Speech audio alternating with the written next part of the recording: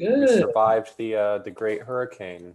Yeah, how is the weather? I'm not in New York today. How's the weather? Beautiful, sunny, warm. No more falling trees. Today, how's the weather? No more trees or anything Beautiful. like that. Sunny. Not this time. Not this time. No more falling trees. We've got a little feedback going on. Yeah, I think we have a little delay on YouTube, so I'm just gonna cut it. We're just gonna go in here for right now, and then we will repost all the fun places. Okay, well, good stuff. So no more trees falling. Rihanna, how are you today? Good, doing good. It's a nice Wednesday, you know. Warm, awesome.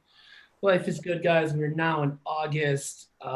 Probably the craziest year in the world. So hope everyone that watches this is holding up well, and you guys are finding ways to stay happy and stay awesome, like you all are. This whole kind of broadcast is just a monthly thing that we started doing about the state of the market. So we'll kind of go through what we're seeing in the market, what we're seeing in the mortgage rates, what we're seeing in kind of the rental market, and then just some housing trends, things like that, and then kind of wrap it up. So just kind of talking about the July Brooklyn market, just want to kind of go into some statistics here. So we saw overall in Brooklyn, this is according to StreetEasy's data, we had 604 overall contracts signed. Out of still 4,787 properties still available in the market. That's an absorption rate of 12.62%. For people on the call here who don't know absorption rate, the premise is absorption rate essentially says that it essentially calculates how long it would take to sell through all the available inventory on the market. So all things being equal, price not being a consideration, it's saying there's 7.9 months of total inventory in the market right now based on the amount of contracts signed in July. So just breaking that down a little further, contracts signed under $1 million, we had 371 in Brooklyn, and 200 of those have been signed since July 21st. Absorption rate a little better there, 15%, about 6 months, 6.75 months of total inventory. $1 to $2 million market, we had 184 contracts signed, absorption rate of 12.4%, or 8 months of right around 8 months of inventory. $2 million plus in Brooklyn, we had 49 contracts signed total out of 813 total available properties. That's an absorption rate of about 5.9%, or about 16.67 months of total inventory. So is that kind of consistent with what you guys are seeing out in the market right now? Absolutely. I mean, as this kind of suggests, the entry level is moving much more briskly. The Brooklyn market, much like the larger New York market, is seeing a glut of high-end property that's moving slowly. And generally on the high end, you're seeing larger and larger concessions. Right. Yeah, I'd say the pace of contracts signed under $1 million, I've never seen them move so quick in July previously, ever. But I think a lot of that has to do with kind of the shutdown and pent up demand and things like that. So we're seeing, at least for my clients, we're seeing a lot of bidding wars in the under $1 million range. Not in everything, but I've definitely been in a couple situations in the last 2 weeks where we've been one of 5 or 6 offers. So pretty crazy to say the least. What else are you guys seeing out in kind of the market? How are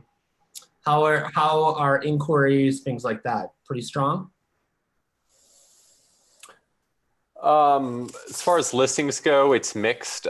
Things that are priced well or realistically are getting traction.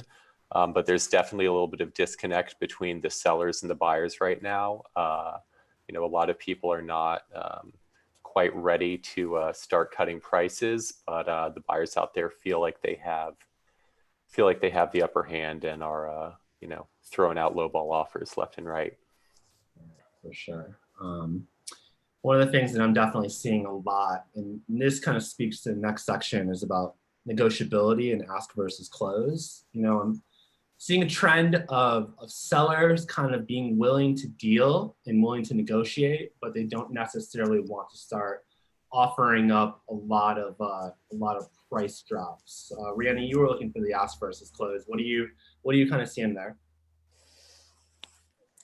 Well, you know, it's definitely mixed across the board, but, you know, like you said, in terms of pricing, this data is kind of reflecting of the time during the shutdown. So these are closings that just happened in July. And so we're seeing that people were still out there and people were still looking for some sort of, you know, price drop, you know, some sort of discount, you know, especially buyers who were looking during that time. But it is a positive because it definitely shows that people are still out there even during such a crazy time in the world, you know? Yeah, I mean, you've got people, you know, and for a lot of the stuff that closed in July. Now, granted, I would say probably 8 out of 10 properties closed under the asking price to some degree. But be mindful, like, the people weren't actually able to go see these properties in person. So a lot of these deals were made based literally on video, you know, and like, you know, FaceTime walkthroughs and things like that, right? So to me, that kind of speaks to a more resilient market in that, you know, there was still demand even when you physically couldn't walk into, you know, a $1.5 million brownstone or something like that, right? So what are you guys seeing when you look at kind of mortgage rates right now, right? Because that sort of dictates a lot of the market. Brianna, what are you seeing out there for like 30-year fixed and things like that? Yeah, you know, they seem to be, you know, hovering around that like 3.25%, you know, 3% rates depending on the mortgage type that you're getting, you know, which most people know by now because it's talked about so often that this is a historical low in terms of traditional mortgages, interest rates. And you know that that has definitely had an effect on people's willingness to consider properties that they may have not considered before. You know, definitely taking advantage of the interest rates and kind of looking at it. If you think about, for instance, like 2 years ago, you know, 2018, right? Those interest rates were, I want to say, if we averaged it, they were close to like 4.5, 4.6%. And, you know, when you break that down and you look at your, for instance, like the amortization schedule, and you look at how much you're paying towards your principal and what have you, it's a very obvious benefit to be considering taking out a mortgage right now with these current rates. Right, for sure. It's, you know, I think one of the key things that I've been telling people, and I'm sure you guys have as well, is to like really look at the amortization schedules right now, right? Because just the difference of a point and a half in mortgage rates can be like the difference of hundreds of thousands of dollars in interest over the life of a loan, right? So, but all good things come with, you know, some catches, right? So there's some factors that we're hearing in terms of qualifying for mortgages that are a little bit kind of unique to this market. Do you guys want to talk about that a little bit? Yeah. You know, we were recently on a call with a lender, for instance, at Wells Fargo, and they were telling us that, you know, for those who are looking at multifamily properties, you know, 1 and 2 family properties, they are no longer considering, for instance, like your rental income. So if you were thinking, oh, you know, I could, you know, buy a condo, but, you know, I'm really considering buying a 2-family. That way I can sort of, you know, reduce your mortgage over time because you have that rental income. at this time, they're not considering that rental income in your like debt to income ratio, and therefore your ability to afford the mortgage, right? So that's been a huge factor for people who are now looking in that sort of scenario. Right. And then and that may be specific to New York City right now. I've definitely talked to some lenders out of state that do not have that specific restriction right now, and I think that it will be temporary. I think that the rental market's in an interesting time to say the least. So banks tend to be a little more conservative. And then you're talking about, and also we've had some notes on just reserves for post-closing assets, right? Yeah, so previously the standard was that the lenders were looking for you to have 6 months of reserves of your mortgage payments. So 6 months of mortgage payments after you paid for all of your closing costs and what have you. And now they are looking to have people have 9 months of reserves. So you really have to think about that when it comes to how much you're putting down and all of those factors in terms of your loan, because not everyone has that extra 3 months of their mortgage payments just laying around. Yeah, it also just kind of factors maybe how much you can put down, things like that. Exactly. Yeah. Right? I mean, for a Brooklyn townhouse, you're talking about anywhere from $10,000 to $30,000 in additional cash reserves that you're going to need to factor in. Right, totally. That may for some buyers, at certain price points, that may be the difference between a 20% down loan or a 15% down loan, right? Which can trigger PMI, which can change the game a little bit in terms of debt to income ratio and things like that. Ryan, this is probably our favorite loan in the world. What do you see in like construction loans and things like that? I know we're always looking at that stuff. Yeah, I mean, so for investors right now who are looking to, pick something up and do a renovation, there's actually some incredible products out there. We have a contact at TD Bank who was telling us about some of the products they have at the moment. They're still offering 99% financing on 1 and 2 family products, HELOC piggybacks with no PMI, and the rates are unbelievable.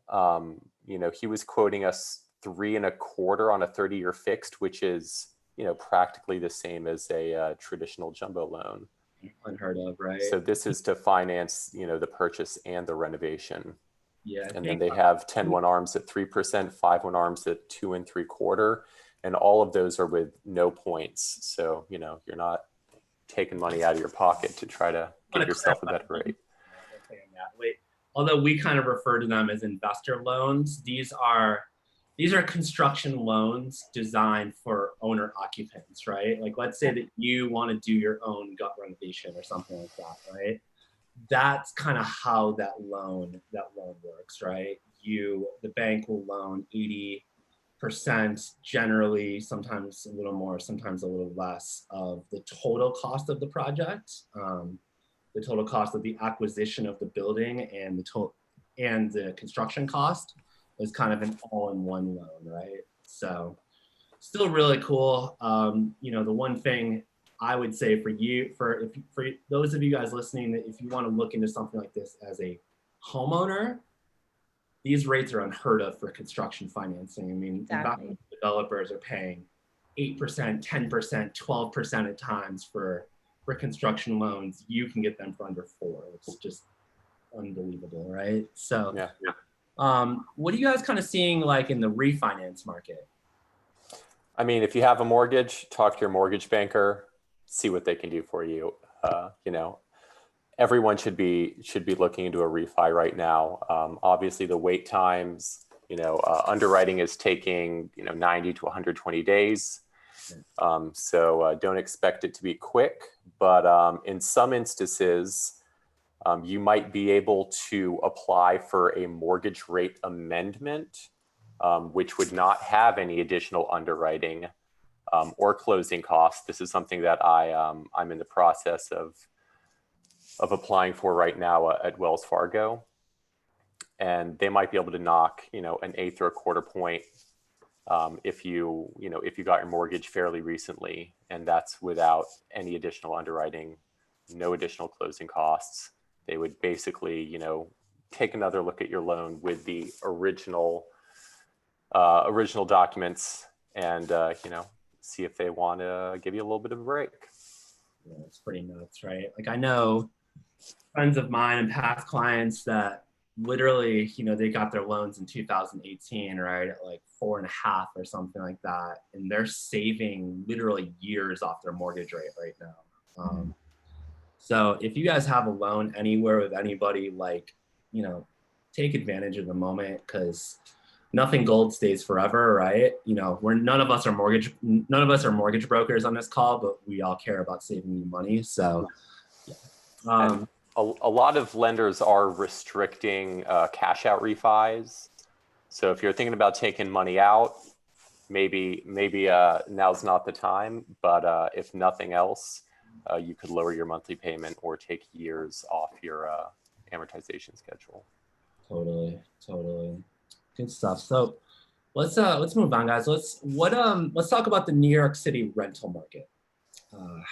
Very interesting times, to say the least, right? So, Orion, I know you've been out there kind of showing apartments like there's no tomorrow, right? So there's people in the market, but definitely seeing kind of some things that we're not used to as real estate brokers in New York, right? In terms of pricing concessions or vacancies, things like that. Do you want to talk a little bit about that? Yeah, absolutely. I mean, basically throughout the shutdown in New York City, landlords were happy to have people overstay their leases, keep them on month to month. With the city reopening now, you have 3 months worth of rentals kind of hitting the market at once, and the whole city is kind of playing a game of musical chairs as people shuffle around. There's definitely an exodus, people taking advantage of, flexible remote work policies, who want to get out of the city, save a little money, go somewhere warm. But, there's still, New York is still New York. So there's always demand.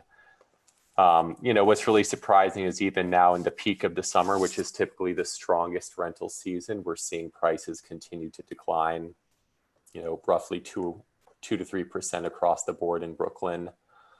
The new development market is getting absolutely hammered. You have these high-end buildings that are just opening up, fully vacant, and they are offering 2 or 3 months free rent, in addition to cutting monthly prices by up to 5%. So, all in, you're looking at 20% discounts just to try to fill these vacancies.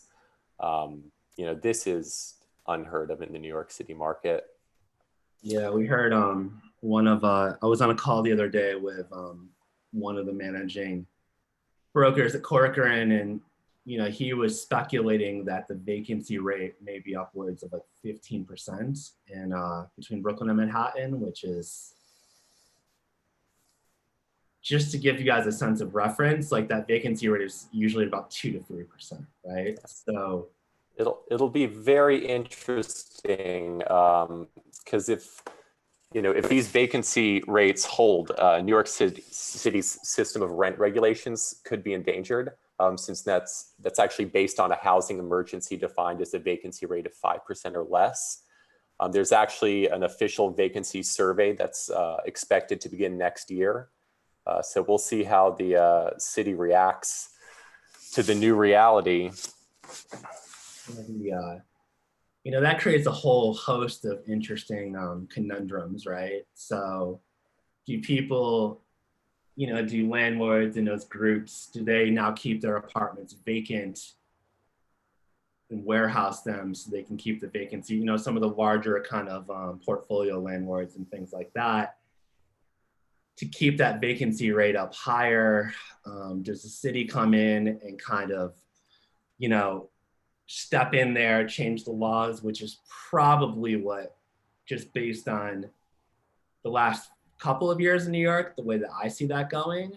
But time will tell, right? If you're a renter right now looking for an apartment, like, just you know, like everything else, knowledge is key, right? You know, as we say that the vacancy rate is high, that we're dropping prices, you know, we're not seeing that everywhere, right? Like some properties, like I know we just had one recently in Bed-Stuy that was like, you know, on fire, right? Like multiple applications, you know, your phone was like off the hook, right? Yeah, So I mean, anything that's priced reasonably, that has good size and outdoor space is still moving quickly. You know, what's getting hit the hardest are kind of the smaller, higher end apartment buildings where you sacrifice size for amenities. And now all these buildings, you know, all the shared amenities are closed. The gym is closed. The movie theater is closed. The bowling alley is closed. So, you know, you're not getting any value for your money. You know, duplex townhouses and just, you know, larger 2 and 3 bedroom apartments are doing well, especially because of the work from home trend. People are just, you know, they're looking to have as much space as they can get for themselves. And outdoor space is at a premium like never before. yeah, and I would say, and I think you guys would agree, outdoor space is probably the number one. Private outdoor space is probably the number one amenity. Yeah. Yeah, Stay- I don't think there's going to be a vacant townhouse with a backyard anywhere in the city. So it's just, you know, that kind of creates like, especially as like, you know, landlords are listening in today, like be strategic with pricing, right? Know where your wins are, right? But don't be too optimistic because there's plenty of owners that I know personally that were unwilling to listen to pricing recommendations that we made to them, and you know they're sitting vacant now 2, 3, 4 months, right? So it's going to be knowledge is power, and being realistic is being pragmatic right now, right? So let's talk about just some housing trends, guys, because it's there's a lot of mixed messages out there just in like different articles on housing versus kind of specific to New York City articles. What do you guys think, like, we're, you know, none of us have a crystal ball on this call, but what do you guys think we're looking at moving forward here? Brianna? Or how about this? What should we be looking out for moving forward? What are the things to keep our eyes on? I mean, the things that I'm looking out for that are going to have a huge impact on the real estate market. I'm keeping an eye on the Fed's benchmark interest rate. You know, with this loose monetary policy, everyone's expecting inflation to start ticking up eventually. If they're forced to start raising interest rates, you know, you're going to see mortgage rates go up. You know, I wonder if that'll potentially cause like a last minute surge in buying. Right now, people kind of are hanging back, seeing if the rates will go even lower. So if those start ticking up, that might cause a huge swing. Right, for sure. Brianna, what about you? What are you looking at moving forward? I mean, I like to be, you know, super focused on what's going on locally. And also, you know, I like to think that, you know, getting these, seeing these articles, for instance, like Spotify, you know, claiming that they're going to stay work from home through July of 2021. That was like the most recent update. You know, those are factors that I think definitely play into, you know, people who are working in those larger markets where, for instance, like Spotify and Google are present. You know, I think those are definitely huge factors to consider because, you know, people can choose to stay, but they can also choose to, you know, rent a house upstate or, you know, buy a house upstate and still have extra funds in their pocket because they're not paying that premium, you know? Right, for sure. I guess we'd be remiss if we didn't look at the election as well, right? I know historically in election years, that's always had a interesting impact on the real estate market. So, you know, this is probably an election like no other in the history of the United States, right? So maybe we've already kind of been in that like 24-hour news cycle now for the last like 4 years. So maybe it won't be as dramatic this time around, but only time will tell. You know, and Orion, to one of the points that you were making earlier, just about like the loose monetary policy, inflation is a very real possibility, and you know, kind of moving forward here, right? Because it looks like we're going to need more stimulus to kind of keep the economy afloat, right? And to me, you can't just keep printing money without inflation throughout the economy, right? It's just simple science. So sometimes inflation cannot be the worst thing for real estate, especially if you are locking in your interest rates at such a low number, right? Because you know, a lot we're seeing, and I'm seeing this amongst our investor clients, a lot of them are getting out of some equities because of the risk of inflation, and actually looking, I'm getting a lot of unique calls about investing in real estate because of the risk of inflation. So, you know, other things, the remote work thing, I think is pretty much all the tech companies have made a similar announcement, right? Like Spotify, Google, Facebook, you know, all work from home. One of the things that I found interesting is that they're starting to put out a lot of news that they're not going to be willing to pay people the same salaries if they relocate out of these major metropolitan areas. So I guess, I don't know what that's going to look like. You know, we'll see what happens with like just schools and just different phases of reopenings and kind of where we land with like, you know, Yeah.